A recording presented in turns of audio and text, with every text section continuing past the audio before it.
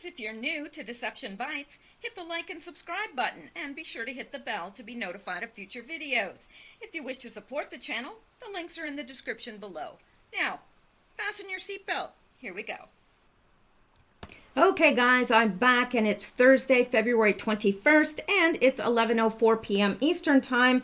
It's late, but I'm going to push on and get this done so that I am caught up with the Q posts, at least for today, because tomorrow will come and we know there's going to be more, lots more. So, and I also want to note really quickly that I may not be doing a video tomorrow.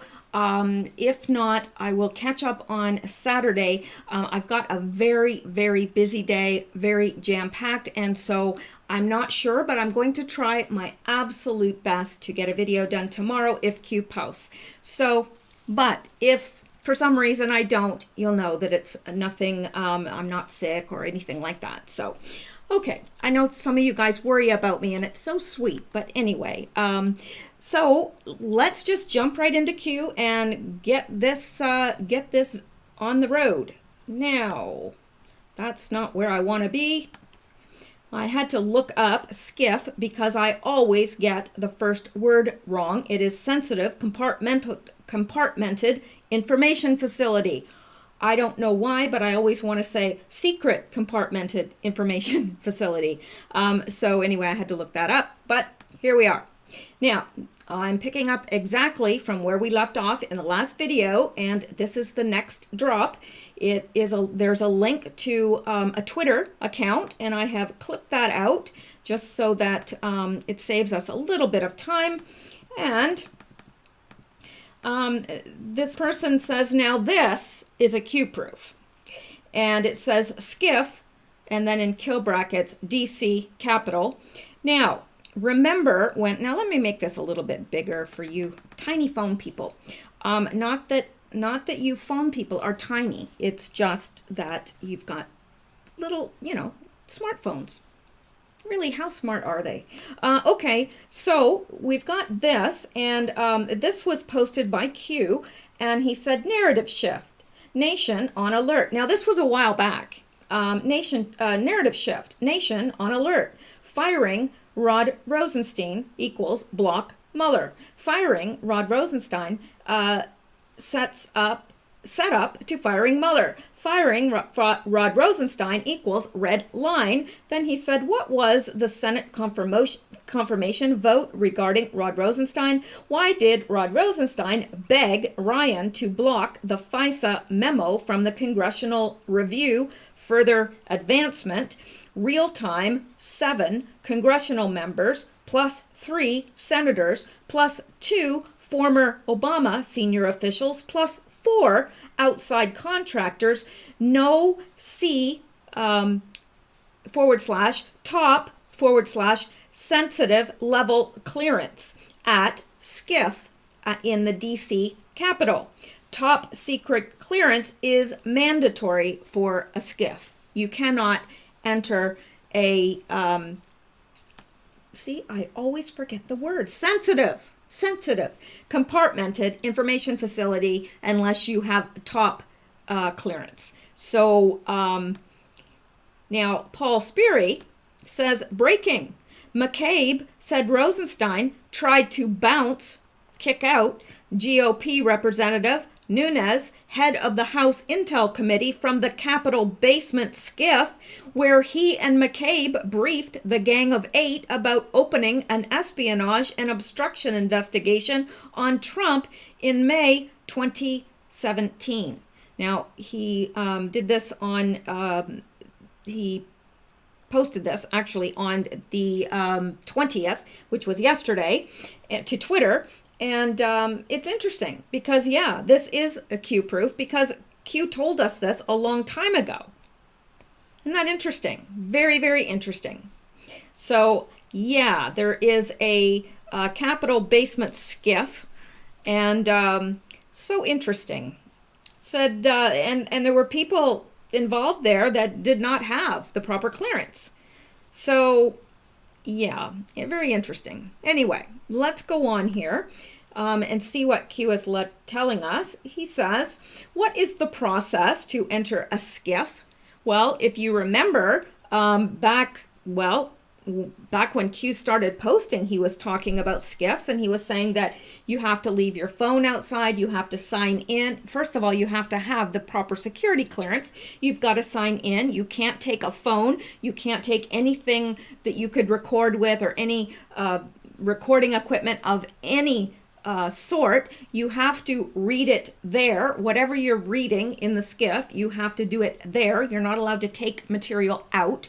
And you are watched, I believe, when you're in there, and you must sign out. You must sign in, you must sign out. So, what security level must exist in order to gain entry? As far as I know, it's a sea level or top clearance. Can non-security level persons be invited to participate? No. No, you must have the proper security clearance to view. This is top secret stuff. Now we know that part of what they did is they classified stuff so that it would limit the amount of people that could see it, because not everybody has clearance. So you would have to view this stuff in a skiff, and it would keep certain people out and keep them from viewing it. But it really should not have been classified. That it was classified for the wrong reason, and Q told us that a year ago. So can non-security level persons be invited? No, you have to have proper clearance.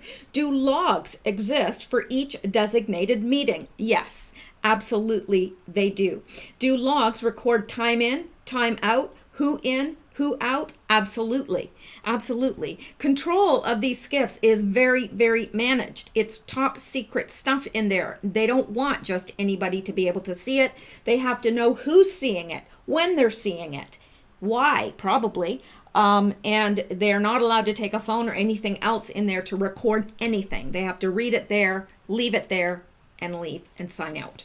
So, ability to enter, arrange without paper trail? No, not that I'm aware of. If there is, then that's news to me, because that would really negate the reason for having a skiff in the first place. If it was possible for people to skip in and out without a paper trail, then what's the point in having a skiff? No point. So now I don't know what RT means. Perhaps it means real time. I would assume that it means real time, January 29th, 2018.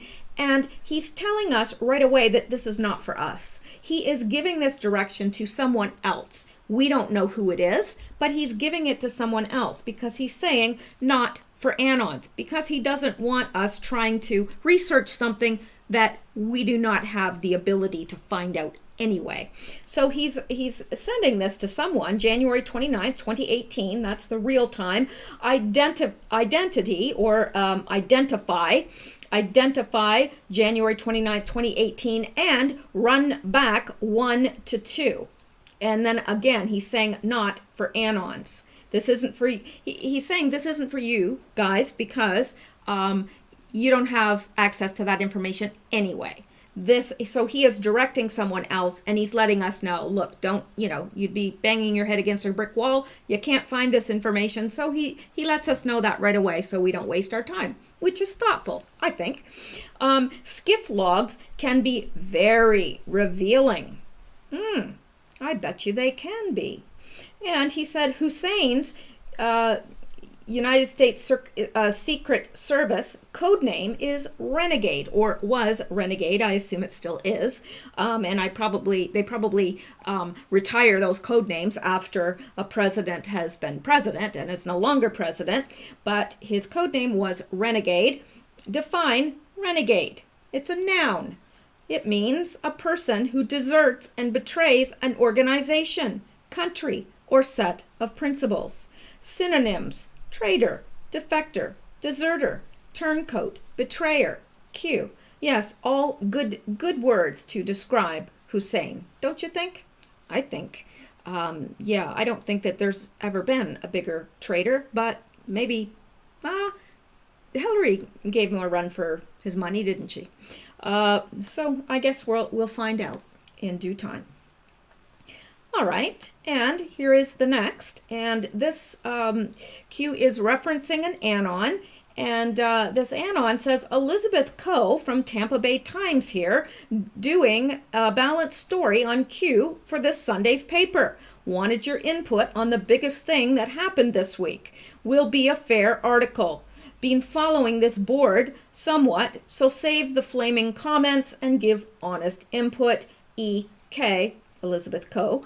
Now, Q is referencing this, and beneath is a picture that we're going to go look at in a bigger picture because there's no hope of us seeing this. And Q responds to this and says, "We are the news now, worldwide." Q. Yeah, we definitely are the news now because I think we've pretty much proven that mainstream media is no longer reporting the news and hasn't for some while now, years and years. Now, this is the picture, and says, Ed Poole, I canvassed for months with a hernia to get Joanne Ryan Enfield elected as Labor MP under this leadership and this manifesto. If she is no longer Labor, she should trigger a by-election and let Enfield residents decide. Now, I don't know what this is all about, and I don't know why it's even in here. Because, to tell you the truth, it's a little perplexing to me. Because it's in here underneath this about this person from the Tampa Bay Times wanting to do an article. So not sure why this has been included. If anyone knows, let me know. I don't have the answer. All the answers, absolutely. That's why it takes us all. And you guys are phenomenal at filling in the gaps for me in the comments. And that is wonderful. So he says, we are the news now, worldwide, Q, and indeed we are. So let's go on. And we come to this, and this he has a link to the Twitter, but the Twitter is just this picture. There's nothing else there, so I'm not even going to go out to the Twitter because obviously Q's already included it for us here, and Q is letting us know. And I believe, I don't know what this is from, but it says Q. Who the hell's Q? I don't know what show this is from. If you guys know, let me know. Not a big television fan at all.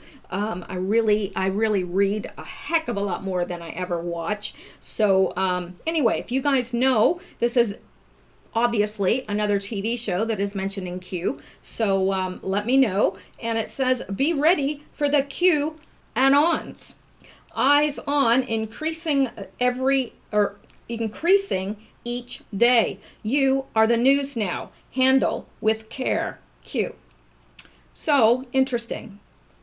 I don't know what this picture is, to tell you the truth, or where it comes from. But if you guys know, let me know. But Q, this makes perfect sense. Be ready for the Q anons.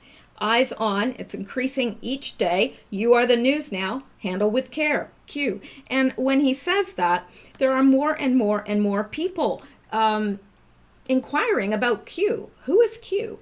And it's interesting because one of the members of my family, extended family actually, asked me, and doesn't really know what I do except that I comment on, knows that I'm a writer and a graphic artist, and knows that I do some commenting on political stuff. So it's interesting because out of the blue, they asked me, do you know who QAnon is?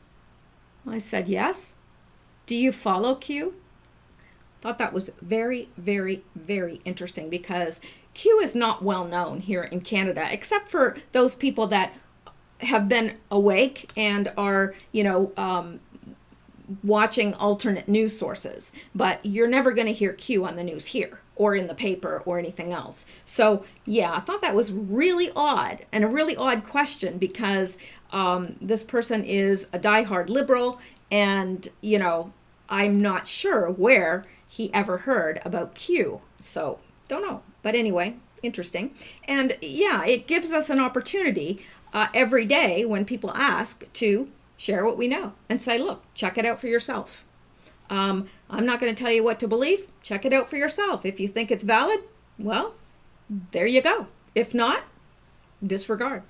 That's how I approach it, because you can't change anybody's. You can lead someone to knowledge, but you can't make them think, right? So there you go. Okay, now let's go up to the next one, which again, these are a little bit odd and disjointed to me. It feels today's post feels a little bit, I don't know, discombobulated or disjointed a little bit to me. Maybe it's just me. Could be. All right, now, here's Q, and he is referencing a post from April 9th, 2018, and I remember this post really well. It said, did Anons ever, well, actually, no, this is from Anon, but I remember this post about the baby on the floor, hands in mouth, the start. Remember that? It was quite a while ago now, but anyway, this Anon, back in April, said, did Anons ever figure out what Q meant with baby on floor, hands in mouth, the start? Was this Syria false flag? No. And Q responds on April 9th and says, finally, chemicals. Learn our communications. Q. So, interesting. Now, let's go to now why he's bringing this back up again, I'm not sure, but I have not yet read this article. Maybe that will answer it for us, I hope.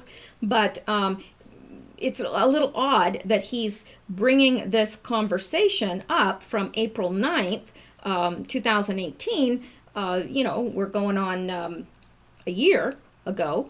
And he's bringing this up and then putting a link before it and says, you have more than you know. 5-5. Do you hear me loud and clear? Q. So let's take a look at the article that he is leading us to and see if we can make a connection here.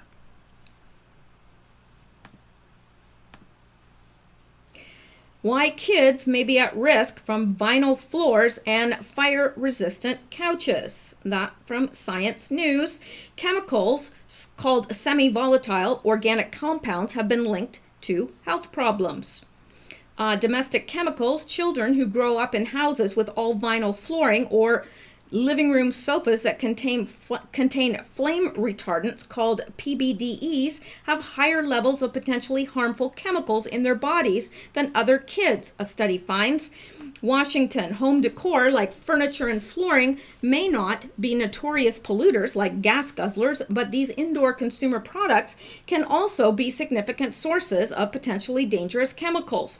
Kids who live in homes with all vinyl flooring or living room couches that contain flame retardants have much higher concentrations of chemicals called semi-volatile organic compounds in their blood and urine than other children. Researchers reported those results February 17th at the annual meeting of the American Association for the Advancement of Science. Manufacturers commonly use semi-volatile organic compounds such as plasticizers and flame retardants to make electronics, furniture, and other household trappings.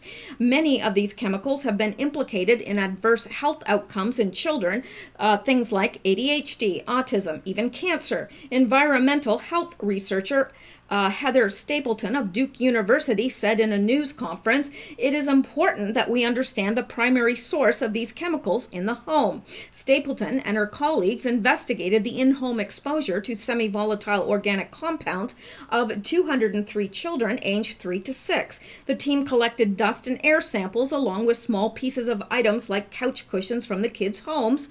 The researchers also gathered urine and blood samples from the children.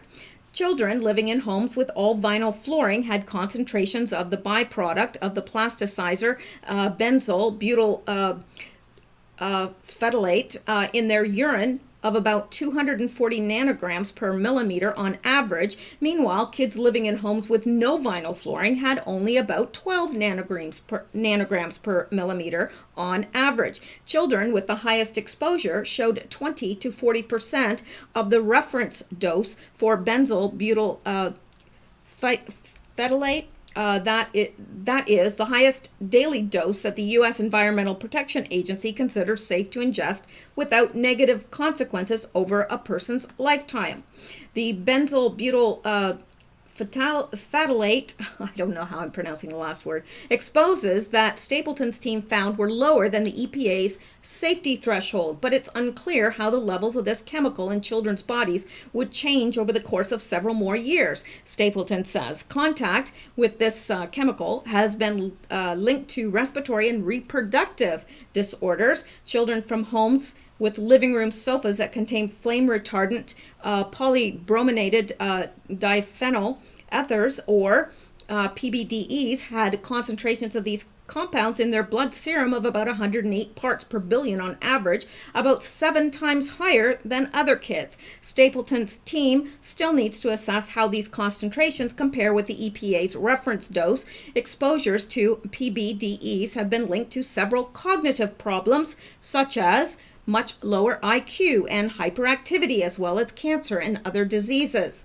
Glenn Morrison, an environmental engineer at the University of North Carolina in Chapel Hill, not involved in the work, says that in retrospect it makes sense that Stapleton's team found evidence of semi-volatile organic compounds in children's bodies, but for a long time there's been a tacit assumption among researchers that home furnitures don't release these compounds quickly enough for them to significantly accumulate in residents' body, he says. The new findings undercut that assumption. Showering and washing clothing more frequently may curb people susceptible to picking up these chemicals, Morrison said, but there's a limit to how well those things work. Ideally, indoor consumer products should be free of dangerous chemical ingredients, he says. A better understanding of how semi-volatile organic compounds build up in the body may inform regulations on which chemicals can be used to make household products or help consumers make better decisions about healthy, safe choices. Now, one moment.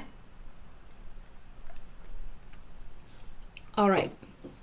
Now, I remember when this came out, and I remember thinking that Q was talking literally about a baby on the floor. He puts the baby's on the floor, puts his hands in its mouth, and that's the start.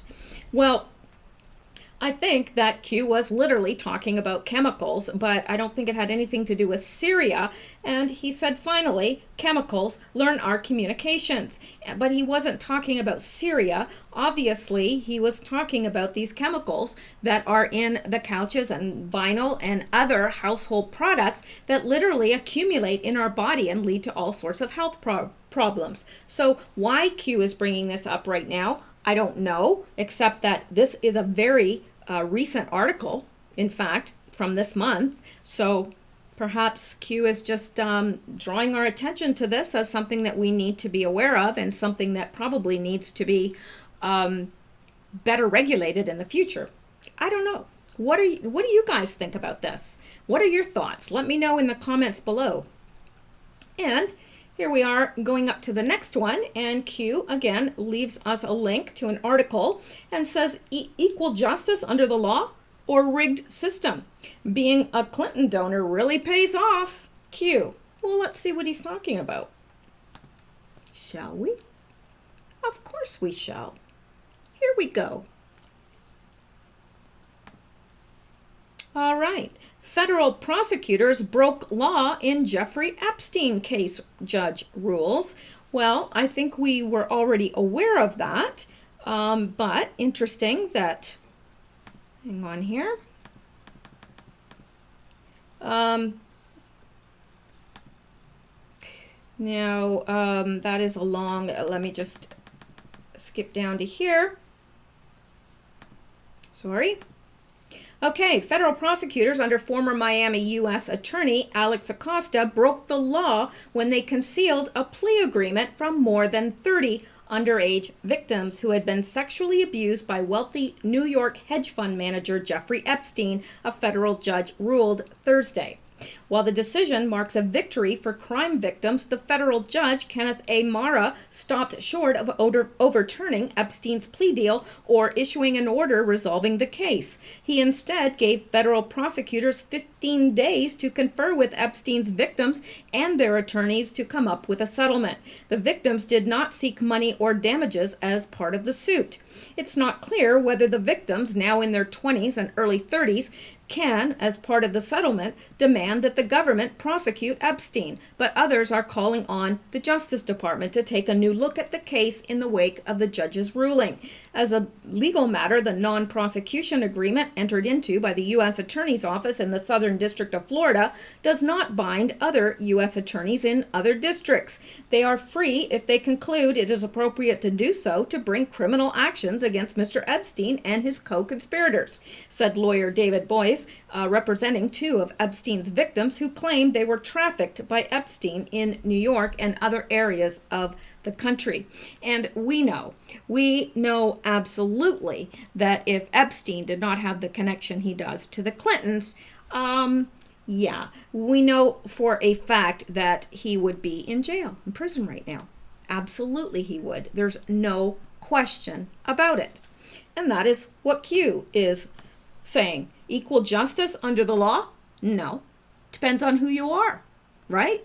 There's too much. It's so crooked. The system is so crooked at this point. And that's what Q is saying. It's rigged. And being a Clinton donor really pays off. Yeah, apparently it does. I wonder how much Jeffrey Epstein donated to the Clinton Foundation. Yeah, probably a lot. Okay, now let's go on.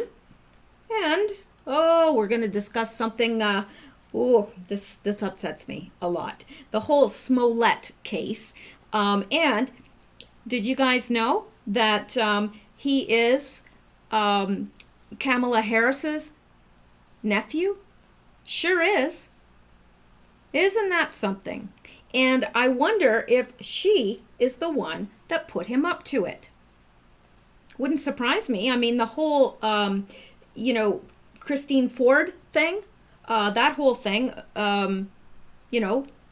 Feinstein put her up to it, right? So, I don't know. Just interesting. I mean, he used to hang out with the Obamas and all sorts of people. Yeah. So, and isn't it funny how Roseanne tweeted something that was, to me, pretty innocuous because, I didn't even know she was black, to tell you the truth. And I think a lot of people didn't realize she was black. But, she lost her show, and it was her show. It was based on her humor. And she lost that, for what she did. And this guy does 1,000 times worse. And they're thinking about suspending him for a while. That's it. Big deal. Hate hoax by Smollett, false flag designed to pass anti-lynching law. That's exactly what it was. It was designed to get that passed, and Booker was involved, and I believe Kamala Harris was as well, because that is her nephew. Yeah.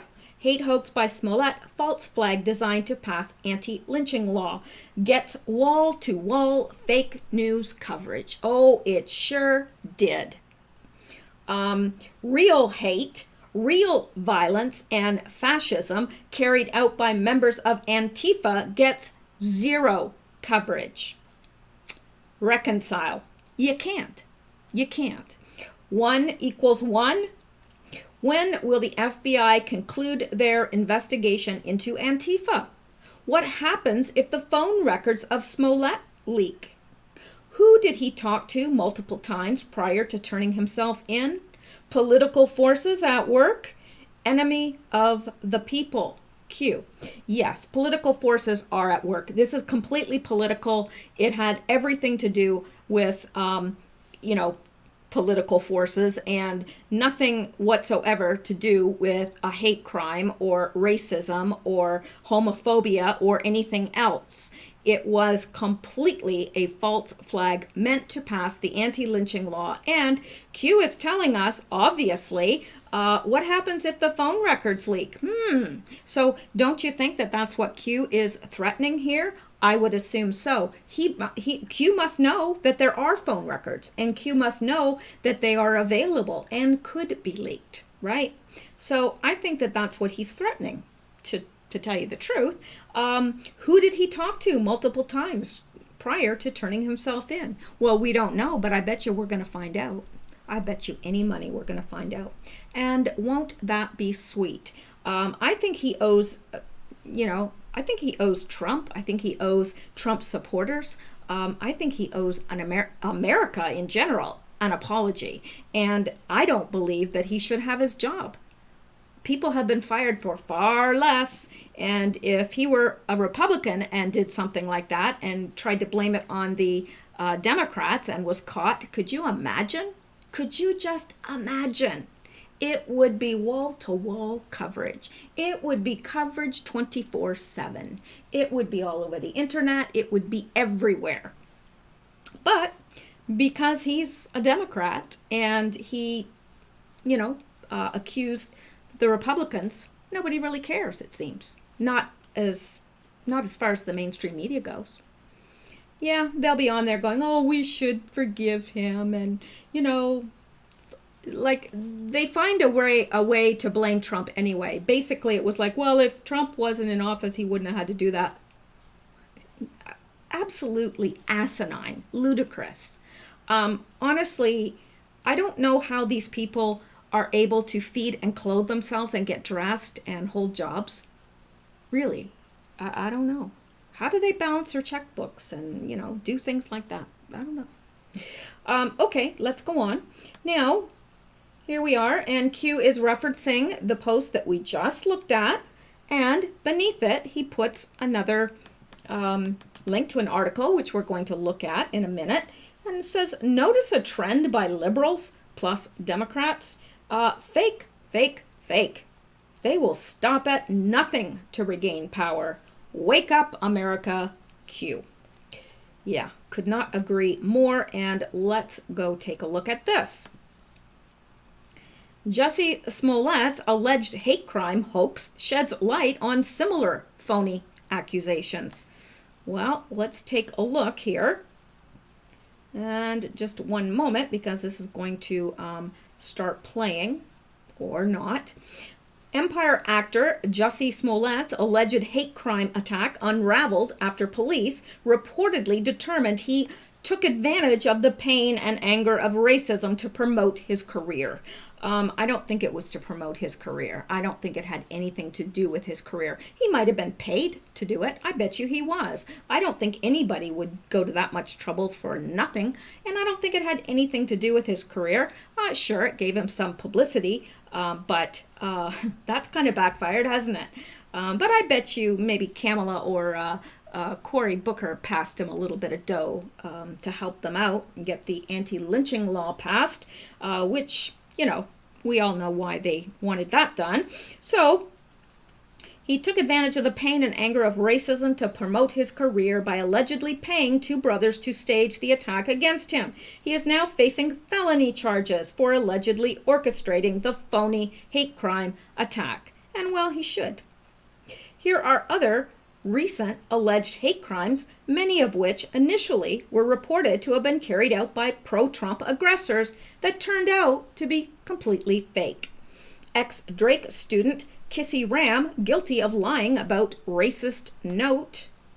A former student at Drake University admitted to lying about a racist note that turned out to be a hoax.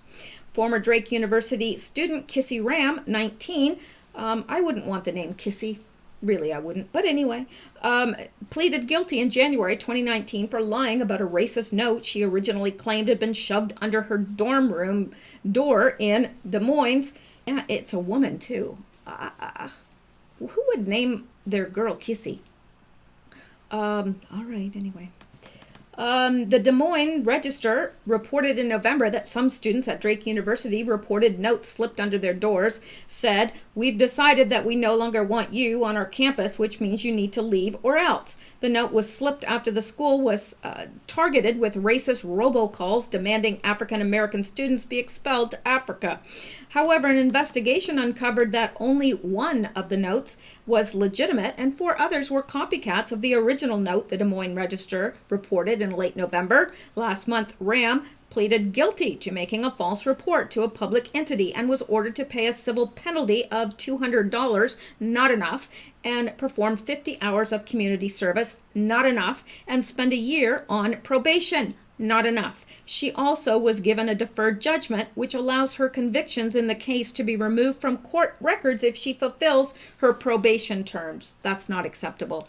You know, when you make a false report, you are tying up law enforcement. I mean, there should be very, very, very stiff penalties for making a false report. A university spokesman said in January that Ram was suspected of writing 2 of the notes as part of her hoax and that they are still investigating who may have written the remaining 2, including the first reported November 7th. New York woman Adwo Lewis falsely claimed teens yelled Trump 2016, found hateful note. Adwoa Lewis, 19, of Baldwin, New York, told police she was driving home around 11 p.m. on September 2nd when 4 teens confronted her, yelled Trump 2016, and told her she didn't belong here. The next day, she told police the tire of her car had been slashed and a note left behind read, "Go home." A police investigation discovered that Lewis' alleged confrontation with the teenagers never occurred and that she had written the note herself and put it on her car. Lewis was charged with making a false, punishable written statement. Kansas man Dontarius Williams admitted to tagging his own car with racist graffiti. Kansas resident Dontarius Williams, who is black, claimed in photographs posted on social media in late October 2017 that his vehicle had been covered with racist slurs against blacks and messages that included "go home," "date your own kind," and "die." The Riley County Police Department revealed, however, the then 21-year-old man had told investigators that he put the racist graffiti on his own car as part of a Halloween prank that got out of hand. Authorities determined that charging Williams was filing a false report would not be in the best interest of the citizens of Manhattan, Kansas. Police said Williams was genuinely remorseful and expressed sincere regret that his actions resulted in negative media attention. New York City Muslim woman's claim that 3 men taunted her on a train, yelled Donald Trump, was false. A month after the 2016 presidential elections, then 18-year-old Yasmin Sewid, who is Muslim, reported that 3 men taunted her aboard a New York City subway train, yelling Donald Trump and calling her a terrorist. She claimed one of the men tried to remove her hijab. Within 2 weeks of her claims, police said she admitted to lying because she had broken her curfew. She was arrested on charges of filing a false report and obstructing governmental administration. Indiana organist, I didn't realize there was that many of us. This is like an epidemic. Indiana organist admitted to painting phrase Heil Hitler on church wall after election results disappointment. Wow. Georgia Nathaniel Stang, 26, of Bloomington, Indiana, pleaded guilty to institutional criminal mischief in April 2018 after he admitted to vandalizing the church he worked at as an organist. Police said they received a phone call on November 13th, 2016 that someone had painted the words Heil Hitler on the north wall of the St. David's Episcopal Church. A swastika and a gay slur were also painted on the church's west side wall. After a 6-month investigation, police determined that vandalized the church to mobilize a movement after being disappointment. Actually, they missed a word here. It should say police determined that he vandalized the church to mobilize a movement after being disappointed in the results of the 2016 presidential election. Stang told Fox 59 that he wholeheartedly regretted his actions and they are not representative of his views. Then why did he do it?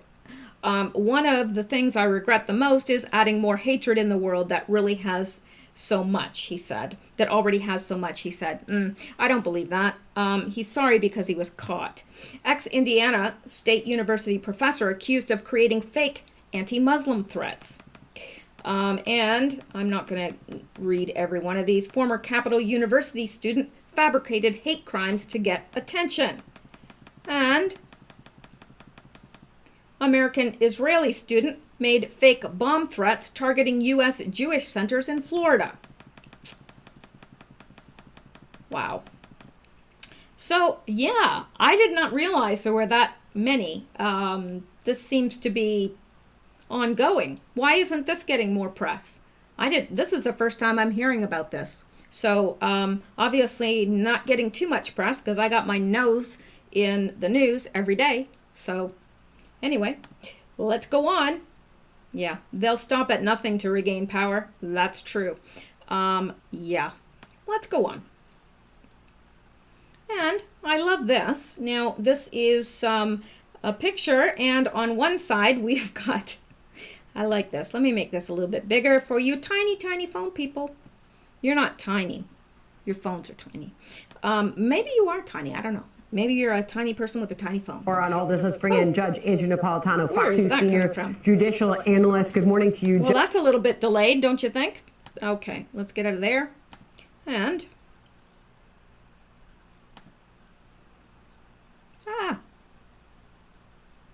that's my, okay, well, hopefully that's uploaded.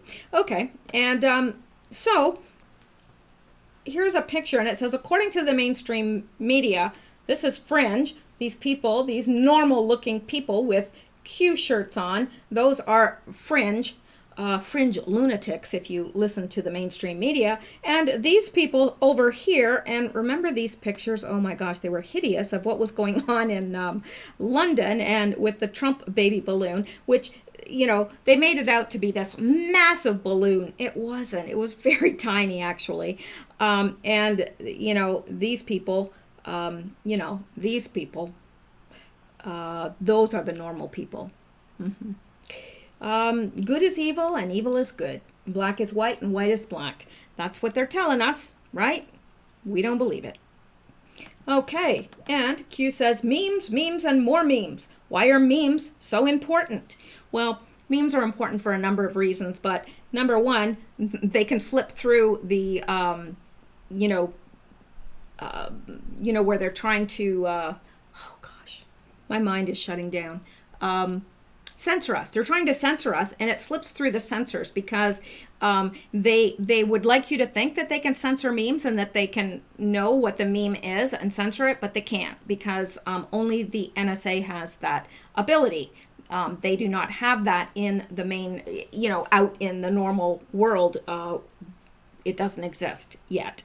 They don't have that technology yet. Also, a picture's worth 1,000 words, and so, a meme can communicate something right away that it may be more difficult to communicate in other ways. All right, let's go on. Dum, dum, dum, dum. And I'm liking this. Okay. This is, he links to a Twitter account, and this Twitter has this picture. Love it. Patriots have no skin color. Isn't that the truth? We're all Americans. We all have red blood, and that's what's important, right? And so he says, hashtag, we stand together. Hashtag, united, not divided. Hashtag, where we go one, we go all. Q. And below we have, oh, I missed one, I'm sorry. We have a link to this Twitter as well. And Q says, hashtag truth, hashtag facts matter, Q. And the Twitter account has this picture. All right, and right side news, breaking news, and this is a wonderful meme that they've posted, and it says, what the media wants you to believe is happening. These are the Republicans with their little MAGA hats, and this is a Democrat, and here are all these Republicans probably giving this guy, racial slurs and hassling him, whatever. Over here, under here, it says, what's really happening? Here's the guy sitting here, and of course this is a black guy. These guys are all white, but In this one over here, the black guy is wearing the MAGA hat, and he is the Republican. And here are all the Democrats that are hassling him. And it says, what's really happening? Well, isn't that the truth? And right here, we can see the purpose of a meme, because you know what? You can't, something like this complex is hard to communicate. It would take a lot of, writing to communicate exactly what this encapsulates quite nicely. So that is the importance of memes. Now, let's go up. We've already looked at that one. And we're up to here, and we're coming to an end. I think there's only 2 more drops to cover, this being one. And it links to an article. And let's go out and look at that article now, because Q put it first, so let's read it first. The top 4 reasons California is unsustainable. California is a place unlike any other on the globe. It boasts perhaps the greatest natural resources of any state. Hang on here. Hopefully this will stop. There we go. Okay. It boasts perhaps the greatest natural resources of any state, along with shining high-tech industries. However, many good economic stories, government policies threaten its future. Indeed, its government has made California unsustainable. Of course, it wasn't always this way. As the 1960s came to a close in California, it had a population of nearly 20 million.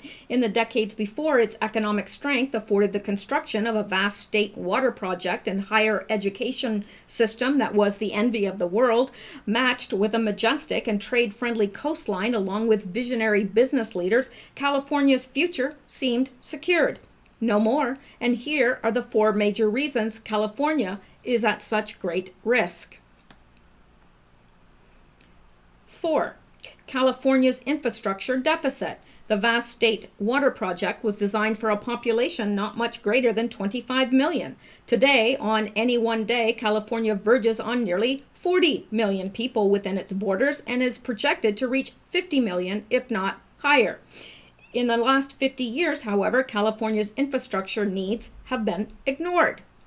The state's water system remains essentially as it was in the 1960s. As for its roads, a recent headline declared that California roads are some of the poorest in the nation and rapidly getting worse. According to a 2017 infrastructure report card, driving on roads in need of repair in California costs each driver $844 per year, and 5.5% of bridges are rated structurally deficient. Drinking water needs in California are an estimated $44.5 billion, and wastewater needs totals $26.2 billion. 678 dams are considered to be high hazard potential. The state's schools have an estimated capital expenditure gap of $3.2 billion. In 2017, California's Governor Jerry Brown estimated California was facing $187 billion in unmet infrastructure needs. However, the Bay Area Council Economic Institute pegs the cost of California's unfunded infrastructure needs at up to $737 billion and possibly as much as $765 billion. Who is right? It's hard to know, but all of those figures are more than daunting. 3. Government debt. How much in debt are the California governments? That's hard to know too. According to a January 2017 study, California state and local governments owe $1.3 trillion as of June 30th, 2015. The study was based on a review of federal, state, and local financial disclosures. In other words, that's $1.3 trillion in debt is the amount to which California governments admit. Other studies believe it to be more. Indeed, one study says it's actually $2.3 trillion, and a recent Hoover Institute stated that there is over $1 trillion in pension liability alone, or $76,884 per household. Incredibly, there are 4 million current pension beneficiaries, a number that continues to grow and which exceeds the total population of 22 states. What's the right number? Apparently, it's so large it's hard to accurately estimate. In every case, the number is staggering. California's taxes and regulations. When you consider California's legal system and its regulatory system, inclusive of the world's most comprehensive global warming law, California is likely the most regulated state in the country, if not the world. California also is among the highest tax state in the nation. California has the highest income tax rates. The top rate is 13.3%. The next closest top tax rate is in Oregon at 9.9. However, Oregon does not have a sales tax. California has the 10th highest sales tax. What is remarkable about the California income tax isn't just that it's the highest rate, it is how little income it takes, just above $52,000, to qualify for California rate of 9.3. Given the high cost of living in California, that means many Californians are subject to that rate. On the other hand, for more than a decade, less than 150,000 of California's 35 plus million people pay half of all its income tax, a highly imbalanced system. Okay, I'm going to go down to the last one, the California governments. You would think all of the above would have government officials deeply worried, so much so that they would cut back everywhere they could. If you thought that, you would be wrong, very wrong. California spends nearly $200 billion a year on budget and even more off budget in the form of programs paid with bonds, i.e. debt financing. As for the pension debt of that, nearly $200 billion is the most recent budget. Less than $2 billion was allocated to paying down that pension debt. More than that was spent this year on a high-speed rail project currently estimated to cost $70 billion and which no one seems to want, and which now is not going to be built. Beyond that, as I wrote earlier, California is moving even farther left and wants the nation to pay for it. The next generation of leaders, Gavin Newsom, Kevin DeLeon, Xavier Becerra, and Kamala Harris are significantly to the left of the old and conservative by comparison Jerry Brown and Dianne Feinstein. The new generation of leaders are supported by an influx of friendly voters who are replacing those that are leaving. So, all of those leaders support the dozens of lawsuits brought by the Democratic Attorney General Xavier Becerra against the Trump administration. Many describe those lawsuits as part of California Democrats' resistance movement, a resistance designed to result in political gains more than policy benefits. That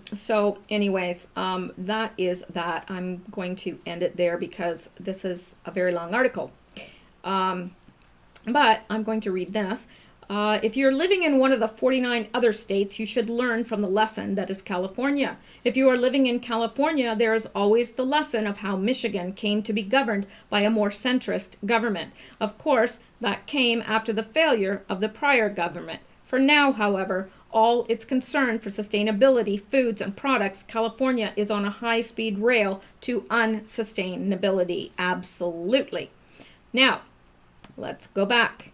So, after reading that, let's see what Q has to say. They know what's best for our country. Yeah, they can't even run their own state. But Pelosi wants to run the country. She can't even run California. They know what's best for our country. Pelosi, California rep since 1987. Waters, California rep since 1991. Schiff, California rep since 2001. Feinstein, California rep since 1992. Harris, Liu, lead by example. California estimates $2 trillion in debt. Estimated $2 trillion in debt. Wow. Homelessness population on the rise. Oh, absolutely. And there's poop everywhere. I mean, they're crapping in the street because where else do they have to go? If you're homeless, you don't have a home to go poop in. So, and a lot of places won't let you in to use the bathroom. They're pooping in the street. And I mean, it's just unbelievable. Apparently, it's whole areas littered with needles and refuse and crap and human waste, all sorts of nasty things. Highest tax rates in the country, undocumented immigrants in California versus nation. Uncontrollable state government spending. If you can't fix your own home state, what makes you think you can fix the country? Exactly. If you are living in one of the 49 other states, you should learn from the lesson that is California. If you are living in California, there is always the lesson of how Michigan came to be governed by a more centrist government. Of course, that came after the failure of the prior government. For now, however, for all its concern for sustainable foods and products, California is on a high-speed rail to unsustainability. Hashtag facts matter. Q. Kind of puts it all in perspective, doesn't it? I think so. And now we're on to the last drop, at least it was when I started this, and I will go to check and see if there are any more additional drops for today. But we've got this, and it is a link to an article, and underneath it says, "Welcome to the Democrat Party. Will they stop at nothing to regain power? Time to adopt voter ID law." Q. Now, let's take a look at this.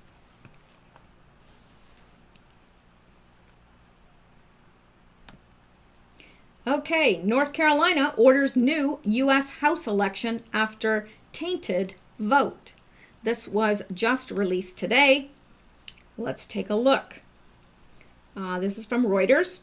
North Carolina's election board on Thursday ordered a new election for a U.S. House seat after officials said corruption surrounding absentee ballots tainted the results of a 2018 vote that has embarrassed the Republican Party. Interesting. The bipartisan board's 5-0 decision came after Republican candidate Mark Harris, confronted by days of evidence that an operative for his campaign orchestrated a ballot fraud scheme, called for a new vote in the state's 9th congressional district. It's become clear to me that the public's confidence in the 9th district seat general election has been undermined to an extent that a new election is warranted, Harris said on the 4th day of the hearing in Raleigh, the state's capital. Elections Board Chairman Bob Cordell said the corruption and absolute mess with absentee ballots has cast doubt on the entire contest. It certainly was a tainted election, Cordell said. The people of North Carolina deserve a fair election. The race in this country's last unsettled 2018 congressional contest and the outcome will not change the balance of power in the Democrat-controlled House of Representatives. But evidence of the ballot fraud by the Harris campaign turned the tables on the Republican Party, which has accused Democrats with little evidence of encouraging individual voter fraud in races such as the 2016 presidential election. Harris' request for a new vote came as a surprise after he spent months trying to fend off a rerun. He led Democrat Dan McCready by 905 votes out of 282,717 ballots cast on November 6, but elections officials refused to certify him the winner because of allegations of irregularities in the vote. The pastor capitulated after his son testified he had warned his father of potential illegal activity by Republican political operative Leslie McCrae Dowless. North Carolina law requires that a new primary nominating election also be conducted in the district, which covers part of Charlotte and the southeast of the state. Republicans have held the seat since 1963. It is unclear whether Harris, 52, will run again. He told the board he was recovering from an infection last month that led to sepsis and 2 strokes, and said his illness led to memory lapses during the hearing that made him realize he was not prepared for the rigors of the proceeding. North Carolina's Democratic Party said the hearing laid bare the Harris campaign's illegal scheme to steal an election. McCready wasted no time in tweeting to supporters to donate to his campaign for the new election. Today was the great step forward for democracy in North Carolina, he tweeted. If Democrats pick up the seat, they would widen their 235 to 197 majority in the House after taking control of the chamber from President Donald Trump's fellow Republicans in the November elections. State Republicans said they respected Harris' decision to resolve a tremendously difficult situation. All right, I think we got the gist of this. Harris campaign officials said they did not pay Dowless to do anything illegal, and Dowless maintained his innocence. Now, isn't that interesting that they hold a re-election when it's a Republican, but look at how many Democrats, I mean, all of a sudden, boatloads of ballots show up and voila, they win. Boy, that happens a lot. And it sure did happen a lot in the midterm elections. So let's go back here and see what Q is saying. Welcome to the Democrat Party. They will stop at nothing to regain power. Time to adopt voter ID law. Yeah, and reasons like this is why. That's why. And I mean, it really angers me greatly, because we know that a lot of those people that are sitting in Congress right now shouldn't be there. And really, if push comes to shove and we really knew, we know that they didn't win. If we really could see, if we really knew how many votes were faked and how many, just showed up later. I mean, come on. We know, but yeah, I don't understand why it's not being challenged. I just don't understand that. And hopefully at some point we're going to find out about all this and it's going to be righted. I don't know. And maybe it won't even matter, because so many of them will be out on their keisters once the D class comes. That's what I'm hoping for. I'm hoping it's going to absolutely upend Congress, Senate, everything, because it needs to. Absolutely. So anyway, well, that is all the posts from today, I think. Let's go out and just take a quick boo to see if he has posted anything more. That is where we stopped right here. Let me refresh this and see.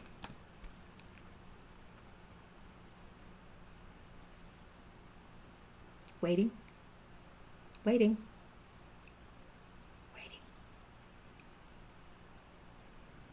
It takes forever.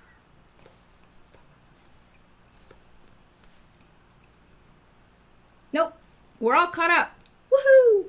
Okay, so that's it for tonight. Thank you for listening. I appreciate it. I will hopefully be back tomorrow, but if I'm not, I will definitely be back on Saturday. I'm hoping against hope to be able to post tomorrow.